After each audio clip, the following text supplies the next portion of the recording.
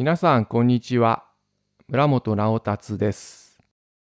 今回は提言の会ということで、私がずっと前から感じてきたことを話そうと思います。それでは早速いきます。なおチャンネル。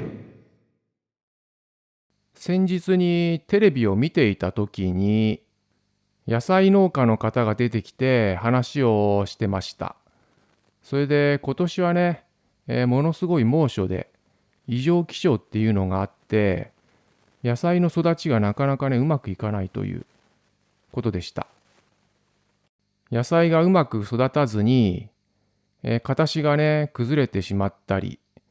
もしくは傷がついてしまったりして、売り物にならないものが出ていると、かなり出ていると、そのように話されてました。味は変わらないんだけども、形が悪かったり、傷がついていたりするので、売り物にならないということで、私がテレビでね、その野菜を見る限り、特にね、問題はないように見えるんですけども、なかなかね、多分消費者の方が買ってくれないとかいうのが、事情があるんだと思います。あとは、農協はね、規格を、野菜とか果物に対して規格を決めていて、その規格に合わないと、つまり、形がね、崩れていたり、ある程度大きさがなくて小さいものだったりすると、そもそも売り物にしないという、そういうルール、制限を設けています。そういったのもあって、つまり、野菜ができても、小さかったりとか、少々ね、見栄えが悪いと、市場に出回らない、農家の方が食べるか、捨ててしまうかしてしまうという、そういう事実があります。私はそのことを、ずっと前からね、非常にもったいないなと思い続けています。それで最近は本当に、野菜不足とか、また値段が上がってるっていう物価の高騰もありますし、見栄えが悪いとかね、形が小さいとか、そんな理由で捨ててはいけないんじゃないかと強く思い、無駄なく食べていこうじゃないかと。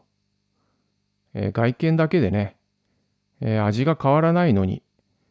捨ててしまうのはもったいないじゃないかということを提言しようと思い、この配信をすることに決めました。そもそも家庭菜園とか畑仕事をやった人だとわかると思うんですけども、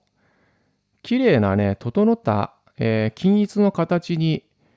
野菜や果物を作るっていうのはかなり大変なんですよ。普通に作ったら、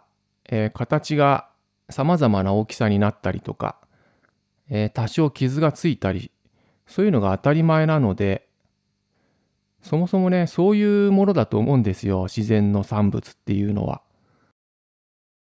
だから、そのことを消費者の皆さんが理解して、普通にそのね、少々見た目が整っていなくても購入して食べるという、そういう文化というか価値観を作っていかなければならないと思います。昔はそれが当たり前だったと思うんです。それがいつの間にか、なんかね、綺麗に整っているものを買うのが、サイズが整ってて、色も形も整っている、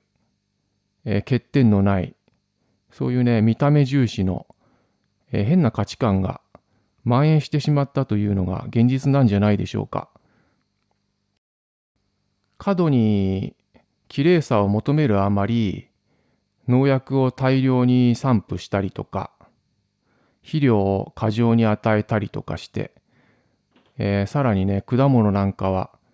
糖度を必要以上に求めて、甘さばかりを求めて、それもまた、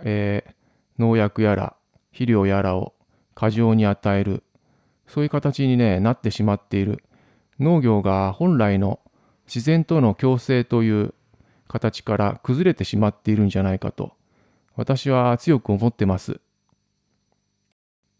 最近はフードロスを減らそうという話が非常に多くいろんなところで語られていて、私は素晴らしいことだと思ってます。それでフードロスのね、観点からしても、形が良くなかったり、大きさの小さいものを、そういうものでもね、食べていくっていう、それが大事なんじゃないかと思います。私は思うんですけども、現在の農協などの、野菜とか果物の規格の基準が厳しすぎるんじゃないかと思います。これはだから政府のね、政策が間違ってるんだと思うんですけれども、もっと基準を緩めて多様な形のね、出来の悪いものでも値段を落として売ればいいわけだし、一律の形をね、一律のサイズを整えて、そうじゃないと商品として成立しないっていう今の価値観、やり方は間違っていると思います。最近は人間については多様性の尊重なんて言われていて、私はね、そこに賛成なんですけれども、多様性っていうのは非常に大事だと思っています。だから賛成なんですけれども、人間には多様性を求めていて、生産物、野菜とかね、果物とか、そういったものに対しては、多様性を認めずに、確一的な基準で判断して、大きければいいとか、甘ければいいとか、なんか苦味がない方がいいとか、狭い価値観を押し付けて、傲慢だし、バカなんじゃないかなと思います。農協の押し付ける基準が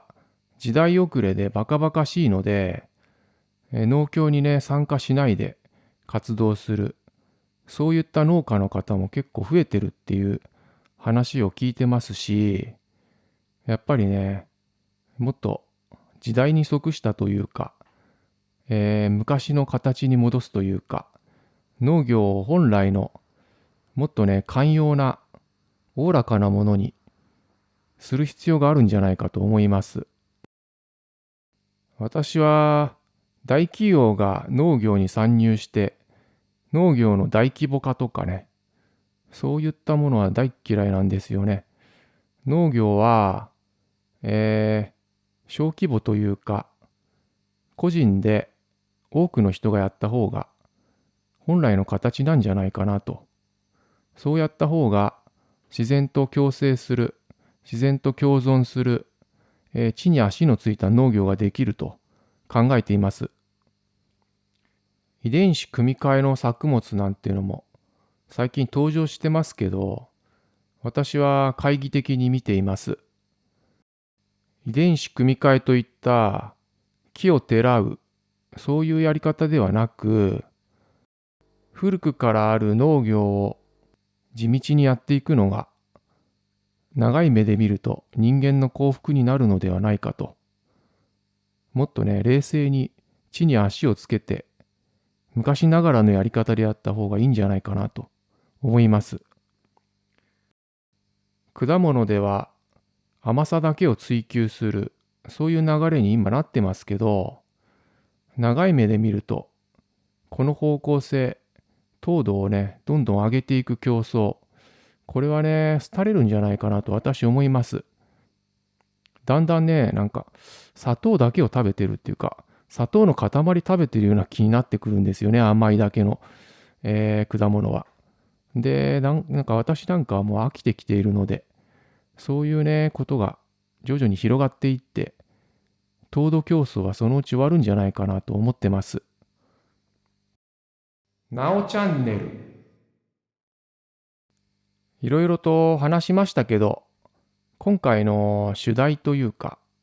一番伝えたいことは、野菜や果物について、形が悪かろうが、傷ついていようが、食べられるんだったら、できるだけ食べた方がいいじゃないかという、そういうことです。猛暑や長雨で野菜や果物の収穫量が落ちている、値段も上がっている、そういうね、時期に、そういう時代に、人間の狭い量圏で、見た目だけで判断して、食べないとか、食べるとか、決めてしまうのは、